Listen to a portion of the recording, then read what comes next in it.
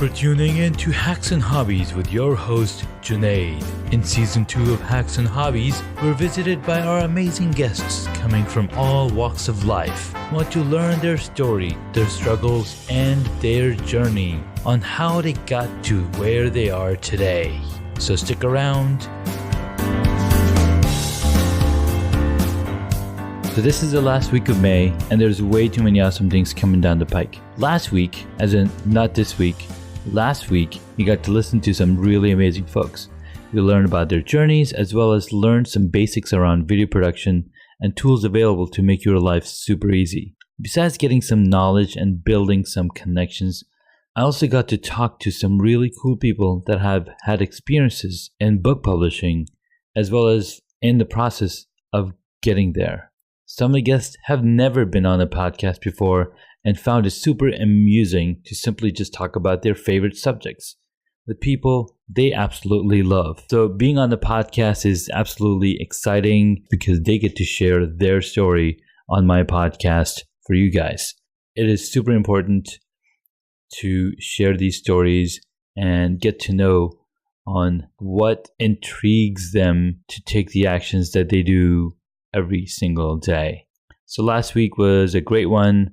We got to listen to Antoine, Airoldi, Robert J. Moore, Doug Cohen, and Sonny, Tannan. But guess what? This week we have another 4 amazing and awesome guests. So before we get into our new guests for this week, let's do a little update on beekeeping. So I'd mentioned that I was going to take a look inside the beehives and see how they're doing. And it had been about 3 weeks since I installed the new hives. I splitted the main Alexandria hive into 3 separate hives. So I took a look inside the hive and I opened up Alexandria point 1. I don't even know. I have to still name them. So if you have a name that I can use 3 different names for the hives, that would be awesome. To send an email to Junaid@hacksandhobbies.com. All right. So I opened up the hive. I had to, of course, remove the feeder bottles, and they've gone into one of the feeder bottles, which is halfway done. The other 2 feeder bottles were probably 1/4 used. So they are taking in that sugar water and storing it for use.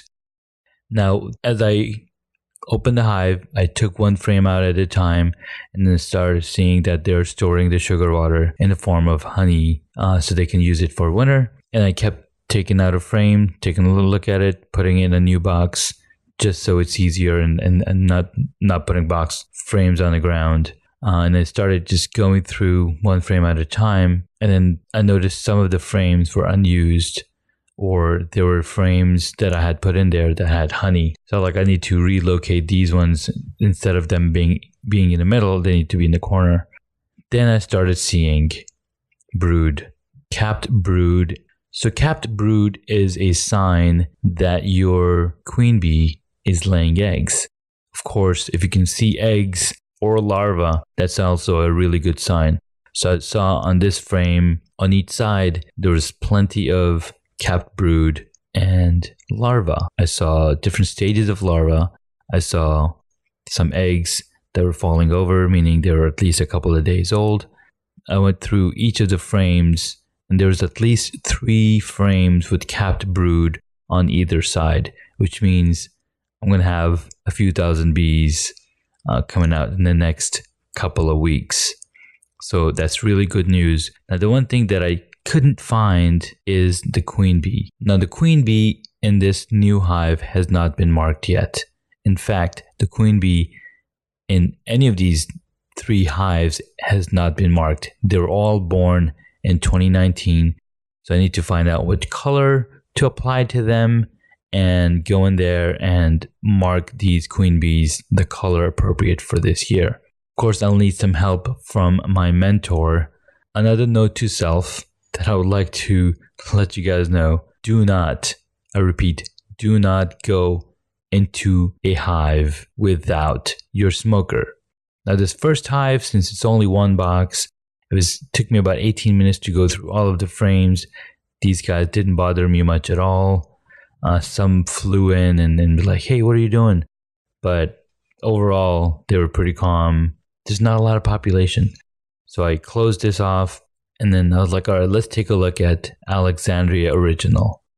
Alexandria Original is the biggest hive that I have right now. It's got at least 3 honey supers from what it seems. There's at least 3 boxes, at least 2 boxes that are full of honey. At least, I would say 80% maybe. And the other thing that I noticed is some of the frames that I put in there are still empty. And I was like, why are these frames still empty? They haven't drawn out. They haven't finished drawing it out. So that's kind of concerning to me. So I was like, all right, that's fine. Let's keep on going. So I looked at the top box. The top box had a few frames full of honey, and they're still bringing nectar in and storing it as honey, capping it up, and moving on to the next cell. What's cool is some of these frames were still empty. So I was like, all right, that's fine. Let them build it out. So then I moved this box over. Then I was like, all right, let's take a look at our flow hive, because our flow hive is the second box from the top. Looked in there. They're still working. There's a lot of work for them to be done. I'm wondering if I need to spray it with some special liquid so they adapt to it more. But overall, looks like they're doing okay. So I moved this box over to my resting bench. Then comes the craziness. All right, so I remove. So now I'm going into the actual hive where all the bees are hanging out, where the queen is laying eggs. And so I removed the queen excluder, put it down on the ground. Now remember, I still do not have a smoker with me. I'm like, all right, I'm going to be really gentle, really kind. And I start taking out the frames, honey-filled frames, honey-filled frames, honey-filled frames. And I'm starting to put them in another box, an empty box that I take with me.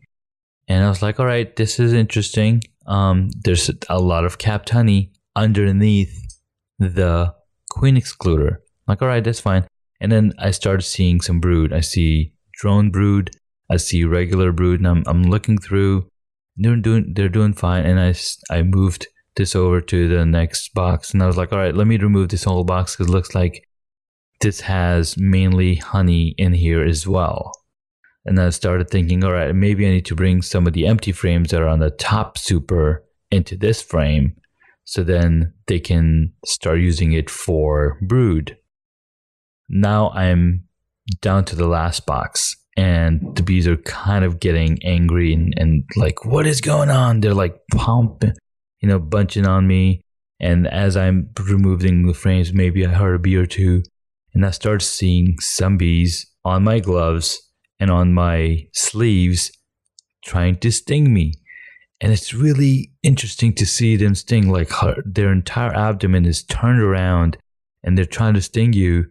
I'm like, oh my God. I started a little bit freaking out. I was like, all right, I'm okay. And I basically push off the bee off my hand, my sleeve, and they go away.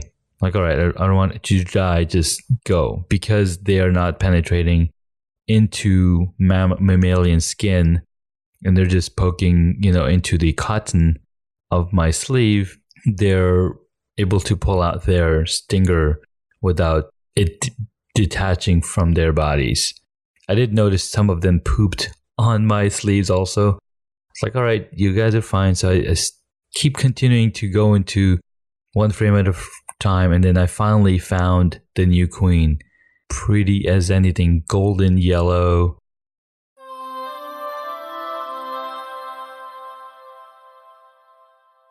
Hello, Hacks and Hobbies listeners.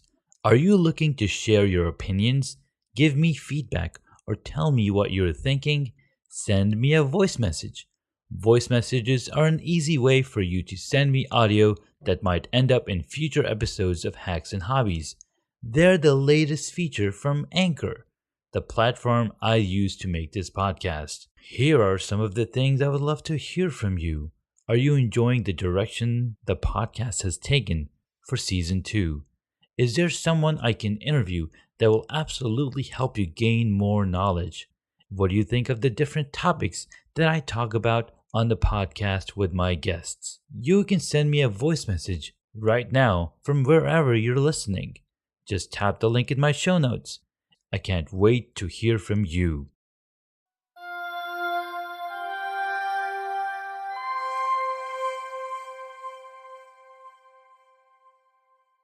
And of course, no data on her. And I was like, I want to take pictures. I put the frame in one of the boxes, and I was like, all right, let me get the camera out. And I'm looking on my both sleeves, and there's bees trying to sting me. Of course, they don't get through, but I'm also losing patience and getting flabbergasted. I'm like, oh my God, these guys are going crazy.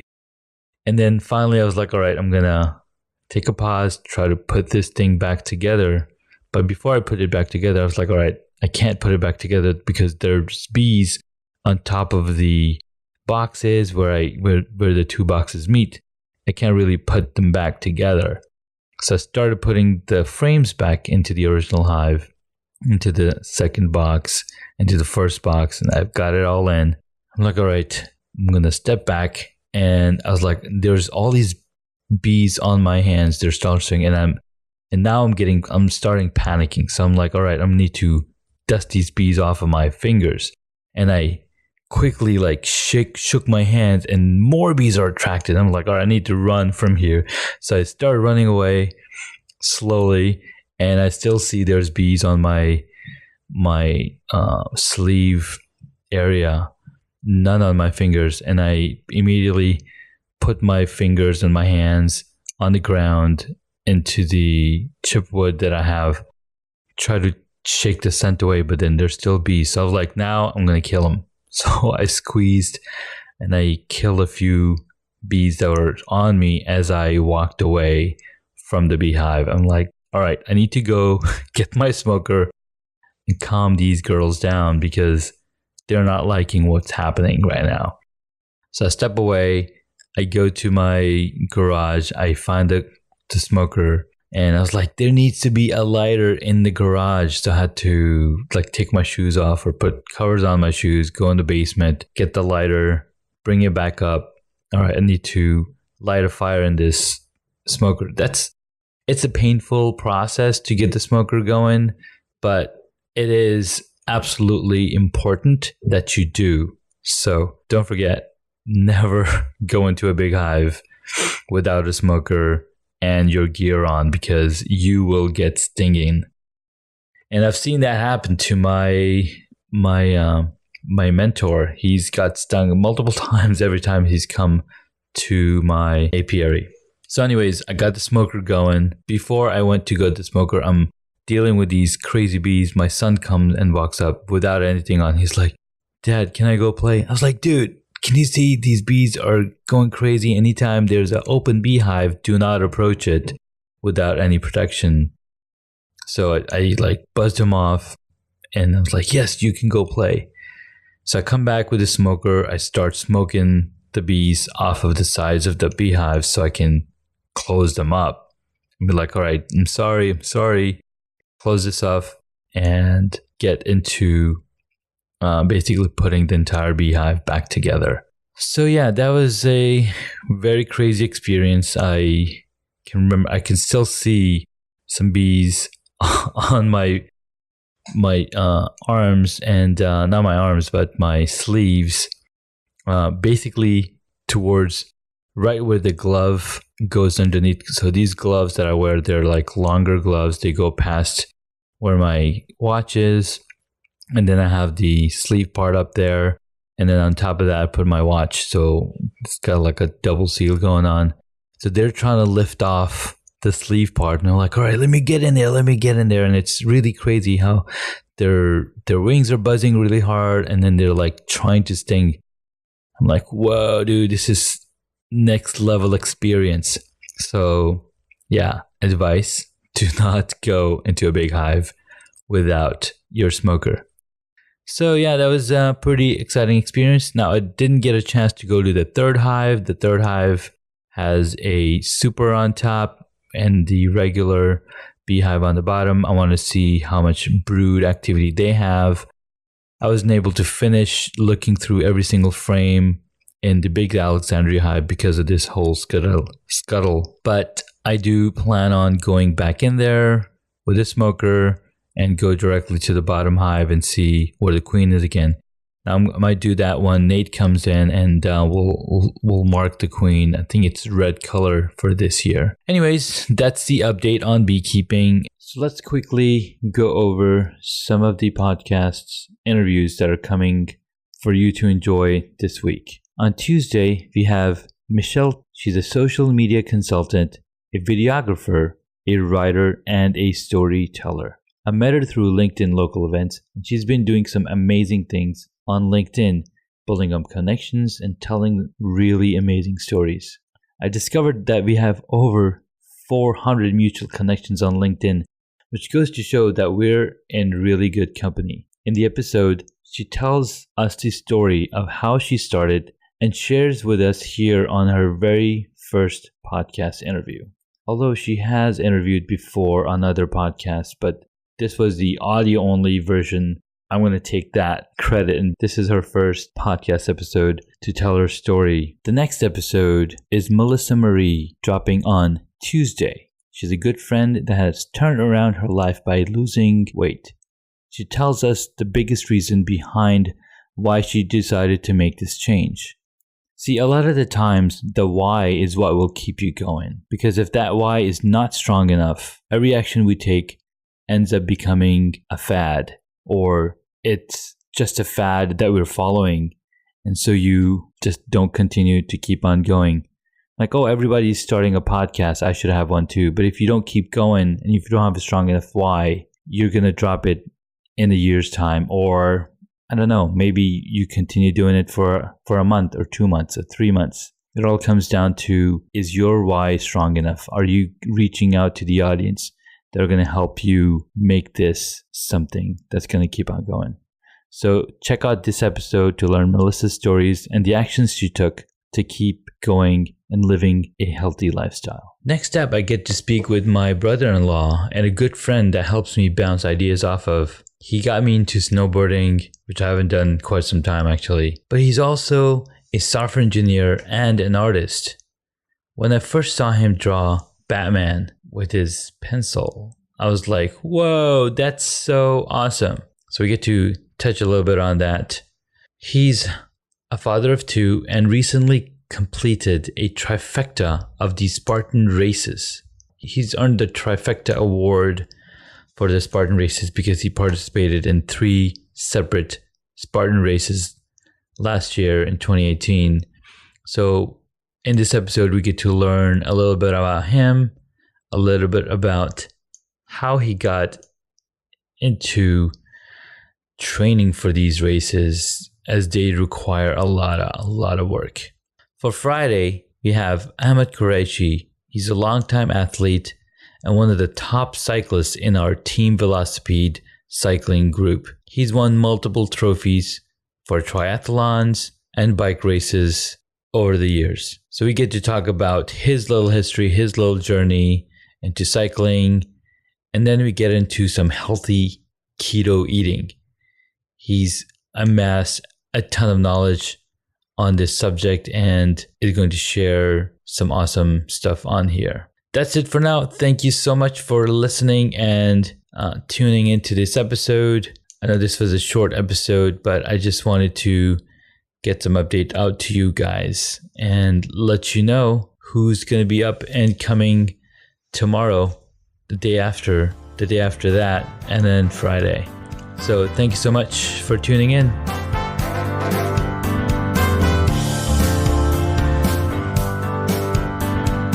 Thank you so much for taking the time to listen to this episode on Hacks and Hobbies. We absolutely appreciate your contribution. You can find additional notes on hacksandhobbies.com. Please share the podcast with your friends and tell them what you learned about our guest today.